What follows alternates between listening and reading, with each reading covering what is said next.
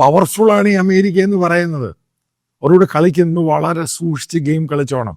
ഇപ്പോഴാണ് മോദിക്കൊക്കെ പിടിയിട്ടത് ഈ പറയുന്ന ഉണ്ടാക്കിയെടുത്ത ടവറിംഗ് എന്ന് പറയുന്ന അമേരിക്കൻ ബാക്കപ്പിലാണ് ഗ്ലോബൽ ലീഡറും വിശ്വഗുരുവും ഒക്കെ ആയത്. ഇതാണ് ഞാൻ പറയുന്ന സംഭവം. ഇത് പ്രോപ്പറായിട്ട് ടാക്കിൾ ചെയ്ത് സെറ്റിൽ ചെയ്തില്ലെങ്കിൽ അടി കിട്ടാൻ പോകുന്ന ഇന്ത്യയാണ്. നിങ്ങൾ നോക്ക്, ചൈനയ്ക്ക് അവരുടെ ഗ്രോത്ത് ഇത് ഇന്നലെയാണ് അത് പുറത്തു വിടുന്നത്. അതിൻ്റെ 4.5% ആണ് ഗ്രോത്തിൻ്റെ ജി ഡി പി. ഗ്രോത്തിൻ്റെ ജി ഡി പിയും തമ്മിൽ വ്യത്യാസമാണ്.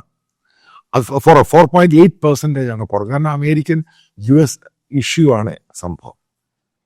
കാരണം നമ്മൾ മനസ്സിലാക്കുന്ന ഒരു 3-3.5 മാസം കൂടെ കഴിഞ്ഞ് അമേരിക്കൻ ടാരിഫ് ഇന്ത്യയുമായിട്ട് ബന്ധപ്പെട്ട്, അതേപോലെ യൂറോപ്യൻ പ്രഷർ ഭയങ്കരമാണ്.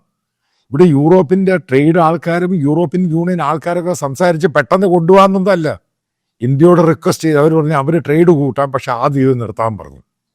എന്താണ് യൂറോപ്യൻ യൂണിയൻ രാജ്യങ്ങൾ അമേരിക്കയോട് പറഞ്ഞിരിക്കുന്നത്? 2026 അവസാനത്തോടുകൂടി റഷ്യയിൽ നിന്നും വാങ്ങുന്ന ക്രൂഡ് കംപ്ലീറ്റ് ആയിട്ട്